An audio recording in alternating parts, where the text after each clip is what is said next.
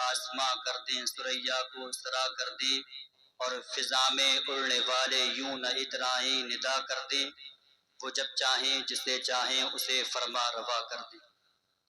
سارے لوگ عقیدت و محبت کے ساتھ مدینے والے مصطفیٰ کی بارگاہ میں اس نیت سے درود پاک پڑھ لیں کہ زمانے سے درد صبح و شام ملتا ہے، درود پاک پڑھ لیجئے بہت آرام ملتا ہے۔ اللہم صلی علی سیدنا شفیعنا مولانا محمد مبارک وسلم صلی اللہ تعالی علیہ وسلم۔ ممبر نور پہ تشریف فرما مفتی فرقان منظری صاحب قبلہ، معزز سامعین سامعات، السلام علیکم ورحمۃ اللہ تعالی وبرکاتہ۔ یہاں سے بہت تیزی کے ساتھ میں یہاں سے اپنی بات شروع کرتا ہوں، لیکن اس سے پہلے سارے لوگ ایک مرتبہ کہیں سبحان اللہ۔ ایک شعر پڑھتا ہوں اور اسی کے تناظر میں چند منٹ کی میں آپ کے سامنے تقریر بیان کروں گا کہ کتنا بڑا مقام ہے پیران پیر کا۔ محبت سے کہیں سبحان اللہ۔ کتنا بڑا مقام ہے پیران پیر کا، سب کی زباں پہ نام ہے پیران پیر کا، سب کی زباں پہ نام ہے پیران پیر کا۔ اس کے قریب مشکلیں آ ہی نہیں سکتی، جو بن گیا غلام ہے پیران پیر کا۔ اس کے قریب مشکلیں آ ہی نہیں سکتی، جو بن گیا غلام ہے پیران پیر کا۔ اور کرم حد سے زیادہ صاحب بغداد کرتے ہیں۔ محبت سے کہیں سبحان اللہ۔ کمیٹی حضرات کا ہے، محبت سے کہیں سبحان اللہ۔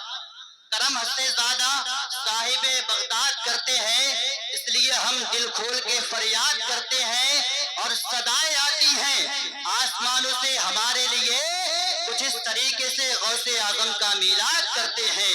صدائیں آتی ہیں آسمانوں سے ہمارے لیے، کچھ اس طریقے سے غوث اعظم کا میلاد کرتے ہیں۔ حضرات کون غوث اعظم؟ دیکھو اللہ نے آپ کو کتنی بڑی شان عطا کی ہے، اللہ نے آپ کو کتنا بڑا مقام عطا کیا ہے۔ ارے کون غوث اعظم؟ ہاں وہی غوث اعظم۔ آپ فرماتے ہیں اگر میرا مرید وہاں پہ ہو جہاں پہ سورج ڈوبتا ہے اور میں وہاں پہ ہوں جہاں سے سورج نکلتا ہے، اگر میرا مرید مجھ کو مدد کے لیے پکارتا ہے تو عبد القادر اس کی مدد کے لیے پہنچ جاتا ہے۔ ارے کون غوث اعظم ہے؟ آپ کا فرمان عالی شان ہے۔ ارے سرکار غوث اعظم فرماتے ہیں میرا مرید وہاں پہ ہو جہاں پہ سورج ڈوبتا ہے اور میں وہاں پہ ہوں جہاں سورج نکلتا ہے، اگر میرے مرید کا سطر کھل جاتا ہے تو عبد القادر اس کے سطر کو ڈھانپ لیتا ہے۔ ارے کون غوث اعظم ہے؟ قربان جائیے گا سرکار غوث اعظم کی شان پہ۔ دیکھو اللہ نے آپ کو کتنا بڑا مقام عطا کیا ہے، اللہ نے آپ کو کیا شان عطا کی ہے۔ ارے کون غوث اعظم ہے؟ ہاں وہی غوث اعظم ہے۔ آپ فرماتے ہیں ارے میرا نام میری بغیر مرضی کے کوئی لے نہیں سکتا۔ میں آپ سے ایک سوال کا جواب چاہتا ہوں، ارے یہ سرکار غوث اعظم ہے، ارے جو فرما رہے ہیں ارے میرا نام میری بغیر مرضی کے کوئی لے نہیں سکتا۔ آپ کی شان کا یہ عالم ہے کہ آپ کا نام آپ کی مرضی کے بغیر کوئی لے نہیں سکتا۔ ارے تو مدینے کے تاجدار کی شان کا عالم کیا ہوگا، مصطفیٰ جان رحمت کی شان کا عالم کیا ہوگا۔ ارے تبھی تو ہم پکار کے کہتے ہیں جب ان کے گدا بھر دیتے ہیں شاہان زمانہ کی جھولی، جب ان کے گدا بھر دیتے ہیں شاہان زمانہ کی جھولی۔ ارے محتاج کا جب یہ عالم ہے مختار کا عالم کیا ہوگا۔ نعرے تکبیر، نعرے رسالت، اصل کے اعلیٰ حضرت۔ جب ان کے گدا بھر دیتے ہیں شاہان زمانہ کی جھولی، محتاج کا جب یہ عالم ہے مختار کا عالم کیا ہوگا۔ ارے کون غوث اعظم؟ دیکھو اللہ نے آپ کو کیا شان عطا کی ہے۔ اللہ اکبر۔ سرکار غوث اعظم سے پوچھا گیا ارے یہ بتائیے آپ کو اپنی ولایت کا علم کب ہوا؟ تو سرکار غوث اعظم فرماتے ہیں جب میں 10 سال کا تھا اور جب میں مکتب میں پڑھنے کے لیے جاتا تھا، اللہ اکبر، تو فرشتے میرے پیچھے پیچھے چلتے نظر آتے تھے، اور جب میں مکتب میں پہنچ جاتا تھا ایک آواز بلند ہوتی تھی، ایک صدا بلند ہوتی تھی کہ اللہ کے ولی کو بیٹھنے کے لیے جگہ دو۔ اور یہ آواز میں نہیں سنتا تھا بلکہ تمام مکتب والے سنتے تھے۔ جب بریلی کے امام کی نظر پڑتی ہے تو بریلی کی دھرتی سے پکار کے فرماتے ہیں ارے وہاں کیا مرتبہ، اے غوث ہے بالا تیرا، اونچے اونچوں کے سروں سے ہے قدم اعلیٰ۔ یہ غوث پاک ہے، اللہ نے آپ کو یہ شان عطا کی۔ بس یہاں سے آخری بات اور بیان کرتا ہوں، وقت کم ہے، محبت سے کہیں سبحان اللہ۔ کون غوث اعظم؟ آپ نے ایک نام سنا ہوگا جن کا نام صلاح الدین ایوبی ہے۔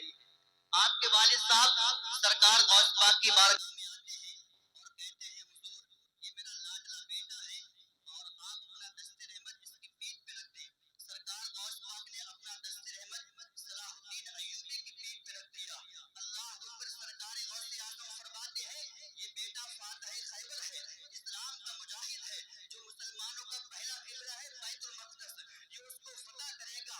اللہ اکبر. قربان جائیے صلاح الدین ایوبی کی زندگی پہ, قربان جائیے گا آپ کی شان پہ. ارے کون صلاح الدین ایوبی ہے؟ اللہ اکبر. میں یہاں سے آپ کو بتاتا ہوں, دیکھو سرکار غوث اعظم کی شان کیا ہے, آپ کا مقام کیا ہے. جب صلاح الدین ایوبی اس دنیا سے جا رہے تھے, آپ کا وصال ہو رہا تھا, تو آپ کو کسی میدان پہ موت نہیں آئی تھی. ارے کسی پوچھنے والے نے آپ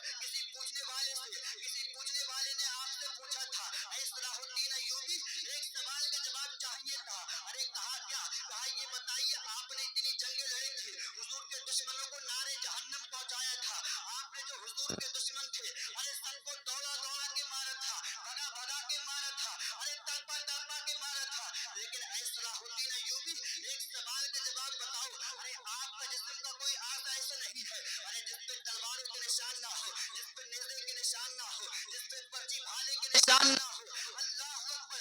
اے صلاح الدین ایوبی آپ کو کسی میدان میں موت کیوں نہیں آئی؟ تو صلاح الدین ایوبی پکار کے کہتے ہیں اور کہتے ہیں میرے تو اپنے سوال کا جواب سن لے اور دنیا والوں کو پیغام دے دے. ارے دنیا میں کوئی ایسی تلوار نہیں بنی تھی جو میری گردن کو کاٹ سکتی تھی. ارے کہا کہ تم میٹ پہ کہتے ہو, کہا میری پیٹھ پہ کسی دنیا کے انسان کا ہاتھ نہیں رکھا تھا, بلکہ پیران پیر سرکار غوث اعظم کا ہاتھ رکھا تھا. تب سے آج تک نہ صبح قیامت تک کوئی ایسی تلوار بنی ہے جو میری گردن کو کاٹ سکتی ہے. جب بریلی کے امام کی نظر پڑتی ہے, بریلی سے پکار کے فرماتے ہیں ارے کیا دبے جس پہ حمایت ہو پنجہ تیرا, شیر کو خطرے میں لاتا نہیں کتا تیرا. وہاں کیا مرتبہ اے غوث ہے بالا تیرا, اونچے اونچوں کے سروں سے ہے قدم آلا تیرا. جو مفتی